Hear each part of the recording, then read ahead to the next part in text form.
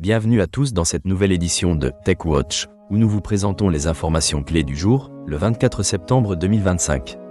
Préparez-vous à plonger dans l'univers dynamique de la technologie, de l'informatique et de l'innovation avec des actualités qui façonnent notre monde numérique. L'Union européenne a décidé de protéger les utilisateurs contre les arnaques financières en ligne.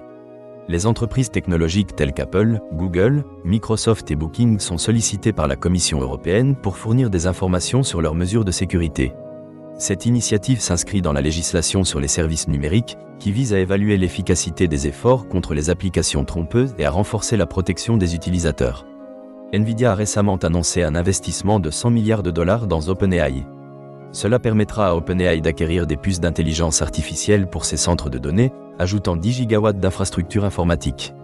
Ce projet devrait être achevé d'ici la fin de l'année 2026 et marque une avancée significative dans le domaine de l'intelligence artificielle grâce à l'intégration de systèmes de calcul avancés.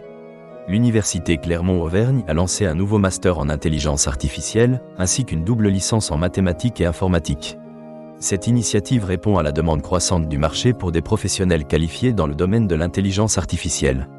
De plus, une charte sur l'utilisation de l'intelligence artificielle générative a été adoptée afin de sensibiliser les étudiants et le personnel aux enjeux de cette technologie. BPI France a organisé la 11e édition de son événement Big, centré sur l'intelligence artificielle. Le président Emmanuel Macron a souligné l'importance de créer un marché européen pour l'intelligence artificielle et d'encourager son utilisation dans le secteur public. Cet événement a permis de rassembler des acteurs clés, renforçant ainsi les liens entre le gouvernement et l'industrie technologique. Cisco a dévoilé de nouvelles initiatives en matière de cybersécurité, visant à intégrer les réseaux de sécurité informatique et opérationnelle. Grâce à des équipements robustes et à des technologies d'intelligence artificielle, Cisco cherche à améliorer la sécurité des environnements industriels. Cette approche vise à renforcer la cybersécurité tout en simplifiant la gestion des réseaux. Alibaba a lancé Qwen 3 Omni, un modèle de langage open source capable de traiter divers formats multimédia. Ce développement se positionne comme une alternative à OpenAI et Google. Néanmoins, son adoption par les entreprises pourrait être conditionnée, compte tenu de sa licence permissive qui soulève des questions sur la sécurité. Une étude récente a mis en lumière la fatigue cognitive des employés due à l'utilisation d'outils d'intelligence artificielle générative. Les résultats montrent que la nécessité d'ajuster constamment les requêtes peut entraîner une baisse de la productivité ainsi qu'une perte de compétences critiques. Cela soulève des préoccupations quant à l'impact de ces technologies sur le bien-être des travailleurs. Palo Alto Networks a validé les attaques de type LMR, exploitant des failles des passerelles web sécurisées pour introduire des malwares dans les navigateurs. Cette validation met en évidence les limites des protections actuelles et souligne la nécessité d'une sécurité native dans les navigateurs afin de contrer ces menaces.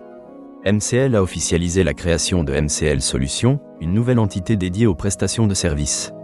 Cette initiative représente jusqu'à 40% de son chiffre d'affaires et vise à accompagner les revendeurs et les clients dans des projets complexes, en mettant l'accent sur l'intelligence artificielle intégrée dans la vidéosurveillance. Le ministère de l'Économie a également mis en ligne un annuaire des entreprises concernées par la réforme de la facturation électronique, prévue pour l'année 2026. Cette réforme vise à améliorer la compétitivité et à lutter contre la fraude à la taxe sur la valeur ajoutée, bien qu'elle présente des défis d'adaptation pour les entreprises. En résumé, Franck Ferrero a été nommé Country Manager de Vildix France pour accélérer la croissance de l'entreprise. Compression X, une start-up londonienne, a introduit une nouvelle méthode de compression logicielle promettant des taux de compression allant jusqu'à 60%.